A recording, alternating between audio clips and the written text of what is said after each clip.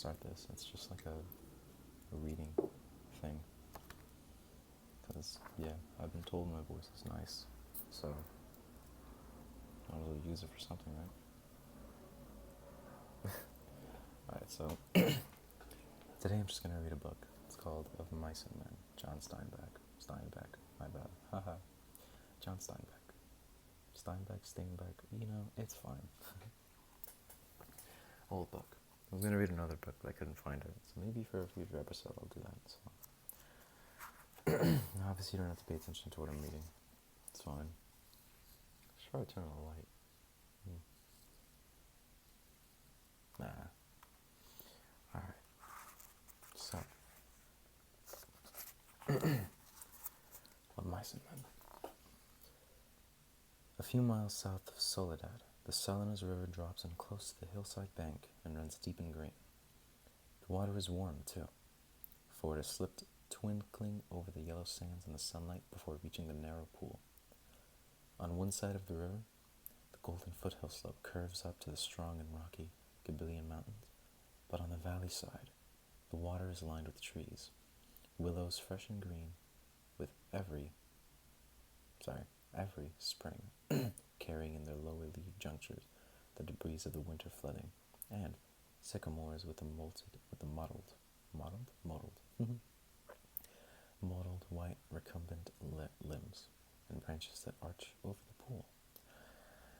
On the sandy bank under the trees, the leaves lie deep and so crisp that a lizard makes a great skittering if he runs among them. Rabbits come out of the brush to sit on the sand in the evening, and the damp flats are covered with the night tracks of coons, and with the spread pads of dogs from the branches, and with the split wedge tracks of deers that come to drink in the dark.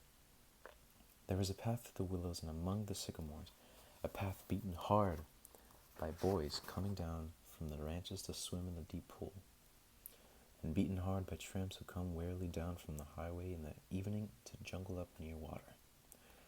In front of the low horizontal limb of a giant sycamore, there is an ash pile made by many fires. The limb is worn smooth by men who have sat on it. Evening of a hot day started the little wind to moving among the leaves. The shade had climbed up the hills toward the top. On the sandbanks, the rabbits sat as quietly as little gray, sculptured stones. And then, from the direction of the state highway, came the sound of footsteps on crisp sycamore leaves. The rabbits hurried noiselessly for cover. A stilted heron labored up into the air and pounded down river. For a moment, the place was lifeless, and then two men emerged from the path and came into the opening by the green pool. They had walked in a single file down the path, and even in the open one stayed behind the door. Wait, what? And even in the open, one stayed behind the other. Both were dressed in denim trousers and in denim coats with brass buttons.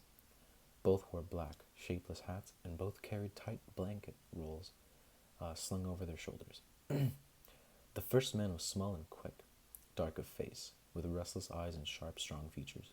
Every part of him was defined: small, strong hands, slender arms, a thin and bony nose. Behind him walked his opposite, a huge man, shapeless of face, with large pale eyes, with wide, sloping shoulders, and he walked heavily, dragging his feet a little, the way a bear drags his paws. His arms did not swing at his side, but hung loosely. Oh. The first man stopped short in the clearing, and the follower nearly ran over him. He took off his hat and wiped the sweatband with his forefinger and snapped the moisture off. His huge companion dropped his blanket and flung himself down and drank from the surface of the green pool. Drank with long gulps, snorting into the water like a horse. The small man stepped nervously beside him. "Lenny," he said sharply. "Lenny, for God's sake, don't drink so much." Lenny continued to snort into the pool. The small man leaned over and shook him by the shoulder. "Lenny, you're going to be sick like you was last night." Lenny dipped his whole head under, hat and all, and then he sat up on the bank and his hat dripped down on his blue coat and ran down his back. "That's good," he said. You should drink some, George. You take a good big drink. He smiled happily. George unslung his bindle and dropped it gently on the bank. I ain't sure it's good water, he said. Looks kind of scummy. Lenny dabbled his big paw in the water and wiggled his fingers so the water rose in little splashes. Rings widened across the pool to the other side and came back again. Lenny watched them go. Look, George. Look what I done. George knelt beside the pool and drank from his hand with big scoops. Tastes all right, he admitted. Don't really seem to be running, though. You never ought to drink water when it ain't running, Lenny, he said hopelessly. You drink out of a gutter if you was thirsty. He threw a scoop of water into his face and he rubbed it out with his hand, under his chin and around the back of his neck. Then he replaced his hat, pushed himself back from the river, drew up his knees and embraced them. Lenny, who had been watching, imitated George exactly. He pushed himself back, drew up his knees, embraced him, looked over to George to see whether he had it just right. He pulled his hat down a little more over his eyes, the way George's hat was. George stared morosely at the water. The rims of his eyes were red with sun glare. He said angrily, We could just as well have rode clear to the ranch if the bastard bus driver knew what he was talking about. Just a little stretch down the highway, he said. Just a little stretch. God damn near 4 miles. That's what it was. Didn't want to stop at the ranch gate. That's what. Too goddamn lazy to pull up.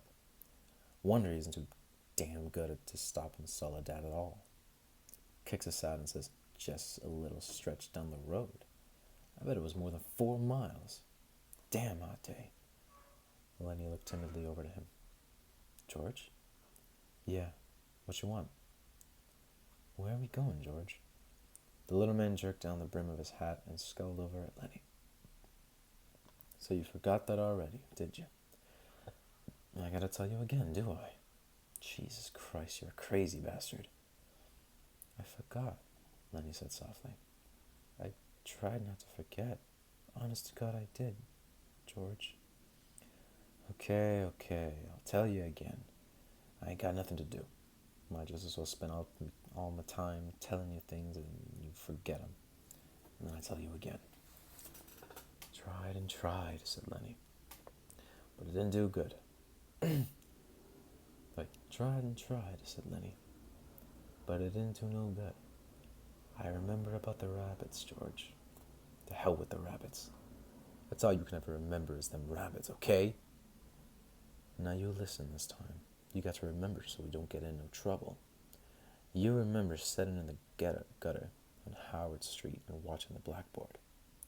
Lenny's face broke into a delighted smile. Why, sure, George. I remember that. But what did we do then? I remember some girls come by and you say, the hell with it, I says. You remember about us going into Murray and Reddy's and then give us a work card and bus tickets. Oh, sure, George. I remember that now. His hands went quickly into his side coat pockets. He said gently, George, I ain't got mine. I must have lost it. He looked down at the ground in despair. You never had none, you crazy bastard. I got both of them here. Think I let you carry your own work card? Lenny grinned with relief. I thought I put it in my side pocket. His hand went to his pocket again. George looked sharply at him. What did you take out of your pocket?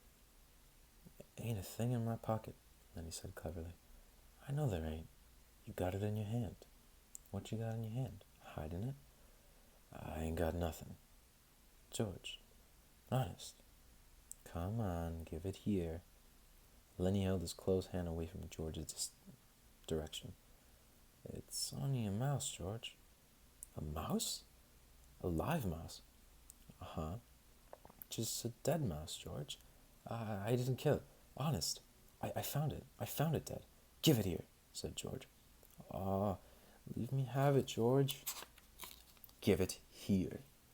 Lenny closed hand slowly obeyed. That was pretty rude, I won't lie. That was pretty rude of you. Lenny's closed hand slowly obeyed. George took the mouse and threw it across the pool to the other side, among the brush. What you want of dead mouse? What? God. What you want of a dead mouse anyway? I could pet it with my thumb while we walked along, said Lenny. Well, you ain't petting no mice while you walk with me. You remember where we're going now? Lenny looked startled and then in embarrassment hid his face against his knees. I forgot again. Jesus Christ, George said resignedly. Well, look, we're going to work on a ranch like the one we come from up north. Up north? In Weed. Oh, sure, I remember, in Weed. That ranch we're going to is right down the quarter-mile. We're going to go in and see the boss. Now look, I'll give him the work tickets, but you ain't going to say a word. You just stand there and don't say nothing. If he finds out what a crazy bastard you are, we won't get no job. But if he sees your work before he hears you talk, we're set. You got it? Sure, George. Sure, I got it. Okay. Now, when we go in to see the boss, what you gonna do? Lenny thought. His face grew tight with thought. I ain't gonna say nothing. Just gonna stand there. Good boy. That's swell. You say that over 2-3 times so you're sure you won't forget it. Lenny droned to himself softly. I ain't gonna say nothing. I ain't gonna say nothing. I ain't gonna say nothing. Okay, said George. And you ain't gonna do no bad things like you done in Weed, neither. Lenny looked puzzled. Like I done in Weed? Oh, so you forgot that too, did you? Well, I ain't gonna remind you. Fear you do it again. A light of understanding broke on Lenny's face. They run us out of weed, he exploded triumphantly. Oh, my bad. They run us out of weed, he exploded triumphantly. Run us out hell, said George disgustedly. Run us out hell, said George disgustedly. We run. They was looking for us, but they didn't catch us. Lenny giggled happily. I didn't forget that, you bet.